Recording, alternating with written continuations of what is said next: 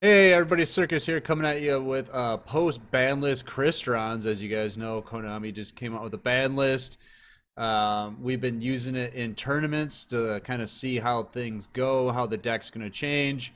So we got Negative1 in here. He loves Crystrons and always likes talking about them. So I thought I'd Yeah. bring him in here so he could talk to us about how things have changed since the ban list came out. So Neg, the deck got nerfed. What happened?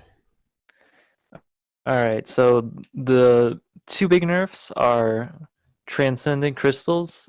Uh, Now you can't use it on your first turn. You have to wait until turn 3 or later, Okay. which severely hurts the skill's viability just because when you were using it, you were usually using it on your first turn, and waiting that long is, or waiting until turn 3 is too slow. Okay. And the second nerf is Ryon to 2. So it means you can't run semi limits, as we know, enemy controller, treacherous, so on. Okay.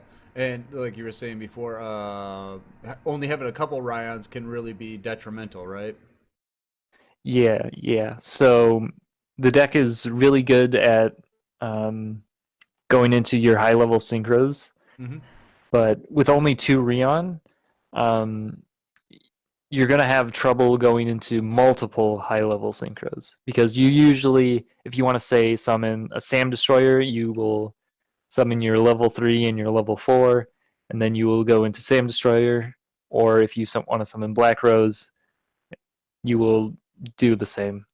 Um, but if you go into a Sam Destroyer or a Black Rose, you might be finding yourself later on in need of another level 3 tuner because it's a common play for um, Crystrons to summon a Thistfern or a Smiger, and then they set up two more level 3s, and then they can go into their Quarion. Hmm. But now, because of two Rion, they can't do that, or they can do that. However, they can't do that and also have those other high level synchro plays. And with the Ryons, they only go back to your deck when you summon on your opponent's turn, right? So there really isn't a way to recover them if you do it on your own turn. Yeah, that's correct. The only real ways once they go to the graveyard to get them out are to summon them back by the effect of Amatrix, Okay. or by using Crystron entry, which is not very. It's not a common deck in the deck. Okay. It's an option, but it's not.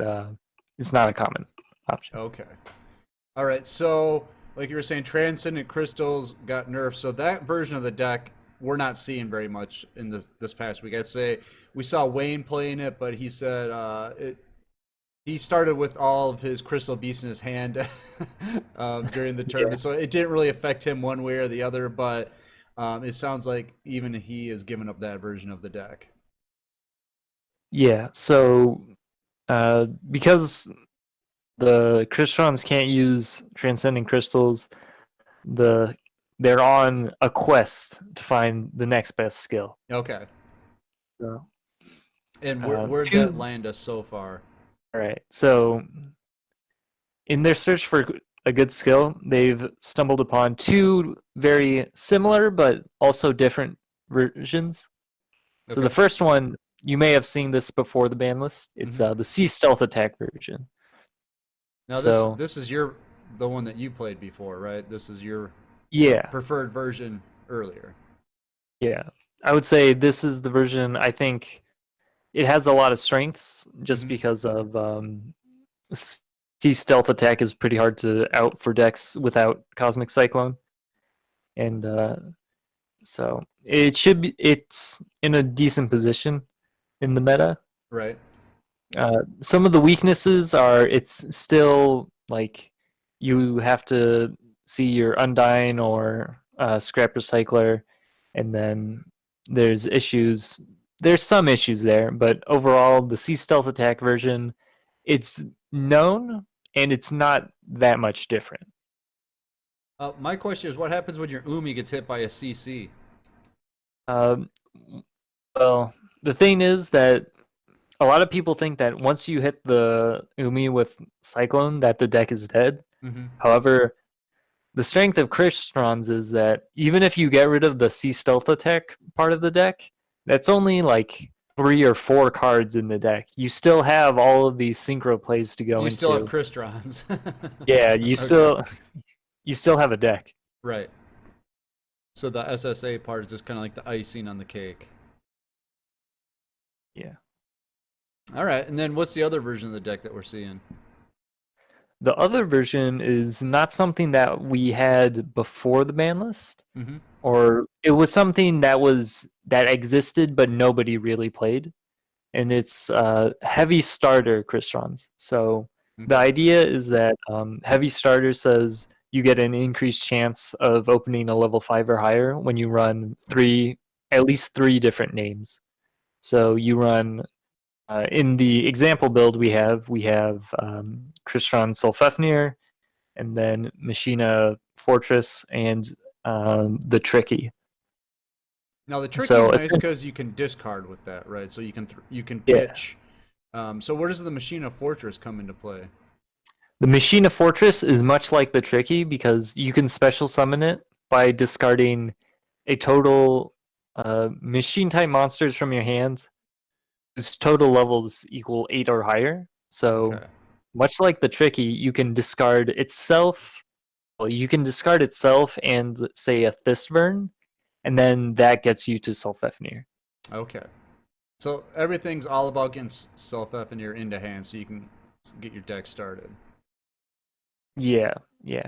So this version, I would say the strength is that you're gonna see Solfifnir more, Mm-hmm. and when you do see him, you are also gonna have you're gonna have more speed as opposed to the Sea Stealth attack version, where you usually have to spend your normal summon on the Undyne or a Scrap Recycler. Okay. Here, you're going to instantly have Solfefnir access, which Mm-hmm. means that if you summon something off Solfefnir, say you're against Dark Magician, they activate Navigation, they banish whatever you summon with Circle, you still have your normal summon to go into other plays. Okay. So for someone like myself who just started playing Crystrons, I finally got the Transcendent Crystal build done, and now it's obsolete. Which path do you go down here? Would you go after the SSA version, which seems pretty expensive, or this version here, which seems a little bit more cost friendly? I would say it depends on what you already have. Mm-hmm. So if you already have some of the SSA cards, like SSA itself, Citadel Whale, and maybe some Undines, it's a pretty strong version of the deck. However, if you don't have those parts and you don't want to have all this auxiliary stuff to your Crystron deck, you can go the heavy starter route. And you also have some flexibility in your high level monsters that you use other than Solfefnir. Mm-hmm. We've seen Mermail Abystius is another good level 5 or higher option. Okay. So Now the SSA you, version, you played that in the case this past KC Cup, and you got what, roughly 50,000 with it? uh, Did you? I got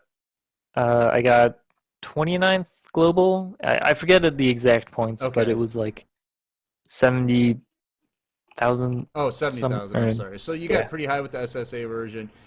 The one on the screen we're looking at right now is the heavy starter version. This deck that you see on screen won Battle Phase Friday last night. So not as proven, but did get a tournament win. So 70,000 points in the KC Cup. Battle Phase win. I don't know. It seems about equal to me. yeah. No, I'm just But they're kidding. pretty good. I'm just kidding. No, but I Um, mean they're both showing some results. But I'd say the one that's on yeah, the screen still, I would say it's still kind of fresh. When we're yeah. talking like the SSA version, 70,000 in the KC Cup is pretty good. But that was an older meta too. Have we seen the SSA version much? I don't think we've seen it in any tournaments this past week. We haven't been seeing it as much. I think the heavy starter version, it's very similar to the Transcendent Crystals version, just because you see Solfefnir more. Hmm. So it's I would say it's more popular now just because it's so much more similar than the SSA version, which has similarities, but you do need to own like Undines and the Sea Right. Stealth attack cards. Well, it's not a cheap deck either way you go when you're playing Crystrons because there's a lot of URs, SRs. It's spread over a couple different boxes. But if you can get into the deck, as I'm learning, it is a lot of fun, but it does have a steep learning curve. So I guess take what you see here and kind of pick a path and stick to it because it's going to be expensive whichever way you go. All right. So thanks, Neg, for coming out. As always, I do appreciate it. So I hope those of you at home watching have gotten a little insight into this deck, and of course we'll be covering it as the weeks go on. And so I hope you like what you saw here, and if you do, make sure to like, comment, subscribe, Twitch, Twitter, Discord, all that kind of stuff. And we'll see you next time. I'm Circus. That's Neg1. See ya. Peace.